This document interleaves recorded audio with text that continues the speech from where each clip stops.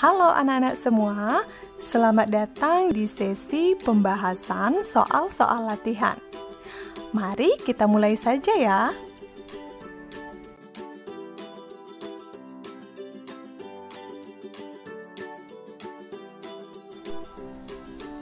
Oke, kita mulai pada pembahasan latihan soal pada buku Bu Pena. Kita mulai dari nomor yang pertama ya. Seperti yang telah kalian ketahui, keragaman karakteristik individu dapat berupa bentuk-bentuk yang beragam. Menghadapi hal tersebut, sikap yang sebaiknya diterapkan di lingkungan tempat tinggal, yakni seperti misalnya, kita tidak mengejek tetangga apabila berasal dari suku bangsa yang berbeda. Dan tentu saja, kita selalu bertutur kata yang ramah, serta bersikap sopan dan santun. Oke, kita lanjut ke nomor 2. Kata kunci pada soal ini adalah kegiatan yang menumbuhkan rasa saling menghargai. Jadi, kegiatan yang dimaksud seperti misalnya pelaksanaan gotong royong tanpa membedakan suku, ras, jenis kelamin, dan juga agama. Oke, kita lanjut ke nomor 3. Mengapa jawabannya C? Ini penjelasannya. Sifat saling menghormati keragaman suku bangsa merupakan salah satu sikap positif yang dapat kita terapkan dalam keberagaman. Sikap ini tentu membawa dampak positif juga, baik bagi diri kita sendiri maupun bagi bangsa dan negara. Salah satu dampak positifnya yaitu tumbuhnya jiwa nasionalisme kita sebagai warga negara. Untuk option A, B, dan C merupakan akibat yang timbul karena tidak adanya penerapan perilaku saling menghormati dalam keragaman suku bangsa. Lalu untuk soal yang nomor 4. Sikap yang sebaiknya kita terapkan apabila memiliki teman berbeda suku bangsa, yakni kita hendaknya bersikap toleransi terhadap perbedaan yang ada. Kemudian saling membantu jika salah satu di antara kita menemui kesulitan. Tidak saling mengejek budaya dari suku bangsa dan juga menerapkan perilaku-perilaku positif lainnya. Mari kita lanjut ke nomor 5 untuk poin A. Situasi yang digambarkan pada gambar di atas adalah sekelompok anak yang sedang bermain sepak bola.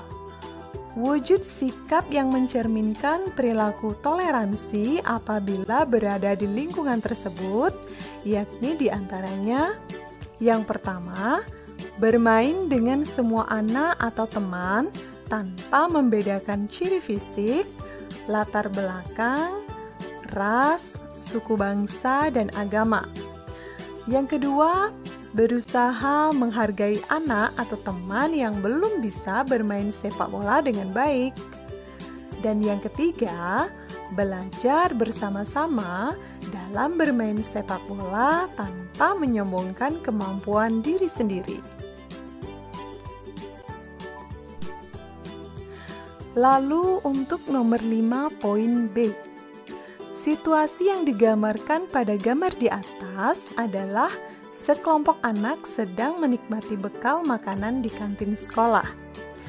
Wujud sikap yang mencerminkan perilaku toleransi apabila berada di lingkungan tersebut diantaranya yang pertama, mau menikmati bekal makanan bersama-sama dengan semua anak atau teman tanpa membedakan ciri fisik, latar belakang, ras, suku bangsa, dan agama.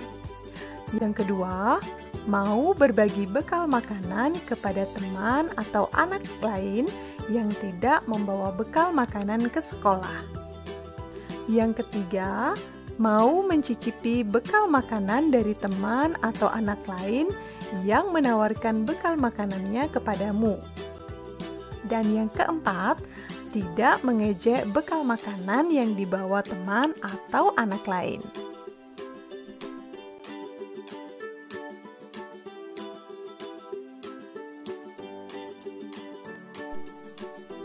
Baik, kita mulai pembahasan soal latihan pada buku pengayaan tema 8. Ayo kita mulai dari nomor 1 ya. Mengapa jawabannya C? Berikut penjelasannya. Sebelumnya kalian sudah mempelajari tentang bentuk-bentuk keragaman fisik, yakni berupa warna kulit, jenis rambut, tinggi dan rendah badan, serta berat badan. Jadi berikut ini yang bukan keragaman ciri fisik adalah asal daerah, karena asal daerah merupakan contoh keragaman latar belakang. Lalu nomor 2, mengapa jawabannya D? Berikut penjelasannya. Kegemaran atau yang sering kalian dengar dengan sebutan hobi merupakan suatu aktivitas yang disenangi oleh seseorang. Contoh keragaman kegemaran misalnya bermain musik, menari, berolahraga, membaca buku, dan lain sebagainya. Jadi jawaban yang paling tepat adalah D, yakni sepak bola. Option A merupakan keragaman karakter. Option B adalah keragaman ciri fisik, dan option C adalah keragaman asal daerah. Kemudian untuk nomor 3. Mengapa jawabannya A? Berikut penjelasannya. Ini dikarenakan option B merupakan salah satu contoh keragaman kegemaran atau hobi. Option C adalah keragaman agama, sedangkan option D adalah contoh keragaman latar belakang, yakni suku bangsa. Oke, kita lanjut ke nomor 4. Mengapa jawabannya B? Berikut penjelasannya. Seperti yang kalian ketahui, keragaman yang ada bukan menjadi penghalang untuk menciptakan kerukunan dalam kehidupan bermasyarakat. Namun, keragaman justru memberikan manfaat bagi kita, yakni dapat memberi tambahan berupa pengetahuan, seperti misalnya pengetahuan tentang kebudayaan daerah, suku bangsa, jenis karakter seseorang, dan lain-lain. Kemudian soal nomor 5. Mengapa jawabannya C? Kata kunci pada soal ini adalah semboyan. Option A merupakan nama salah satu lagu wajib nasional. Option B merupakan dasar negara Indonesia, sedangkan option D adalah salah satu contoh pepatah. Jadi pada option C merupakan semboyan yang menggambarkan bahwa keragaman tersebut dapat juga menjadi sarana pemersatu bangsa, yang mana semboyan tersebut merupakan semboyan dari negara Republik Indonesia. Oke, finish untuk Romawi 1. Sekarang mari kita lanjut untuk Romawi 2. Kita mulai dari nomor 1 ya. Bagaimana cara menyikapi keragaman? Cara menyikapi keragaman diantaranya yang dapat kalian lakukan yaitu yang pertama, menghargai pendapat orang lain yang berbeda dengan pendapat diri sendiri. Ini artinya kalian tidak boleh memaksakan kehendak sendiri ya. Yang kedua, tidak mengejek ciri fisik orang lain. Yang ketiga, memberikan kesempatan orang lain untuk menjalankan ibadah dan tidak mengganggunya. Kemudian yang keempat, menghargai adat dan kebiasaan yang berbeda akibat adanya perbedaan latar belakang.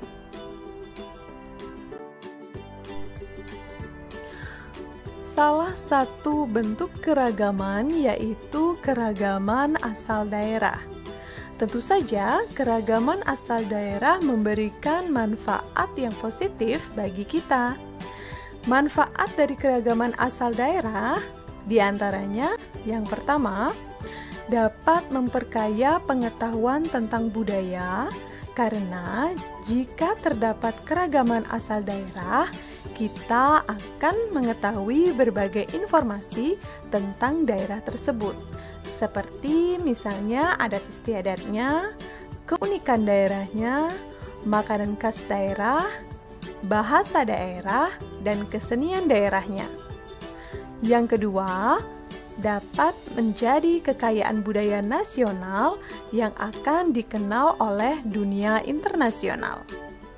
Dan yang ketiga, yakni dapat menjadi daya tarik wisatawan dari luar negeri sehingga dapat memperkaya pendapatan nasional atau devisa negara.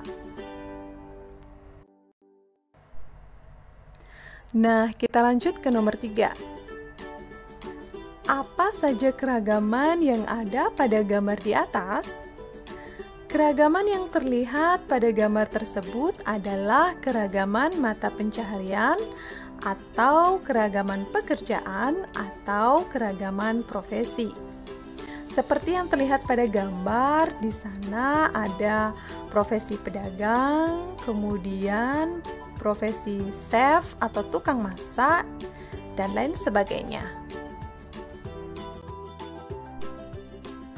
Untuk soal nomor 4, sebutkan keragaman kegemaran yang ada di daerah tempat tinggalmu.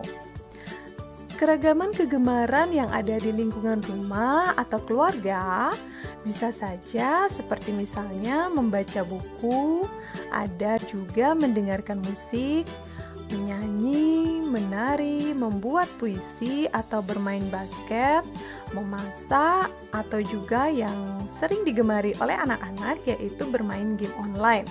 Begitu juga kegemaran-kegemaran yang lainnya yang dimiliki oleh setiap anggota keluarga. Nah, untuk soal terakhir, yaitu bagaimana cara menghadapi keragaman suku. Cara menghadapi keragaman suku bangsa yaitu diantaranya, yang pertama, kita tidak mengejek suku bangsa lain. Yang kedua, kita tidak menganggap suku bangsa sendiri paling baik, atau juga mengunggulkan atau menyombongkan suku bangsa sendiri. Yang ketiga, tidak merendahkan suku bangsa dan budaya orang lain. Yang keempat, mau bergaul atau berteman dengan teman yang berbeda suku bangsa dengan kita. Nomor 5, ikut serta dalam kegiatan festival budaya atau juga ikut serta ketika ada pameran kebudayaan lain yang diselenggarakan oleh teman-teman kalian dengan latar belakang suku bangsa dan budaya yang berbeda. Dan yang terakhir, mau mempelajari budaya dari suku bangsa yang lain.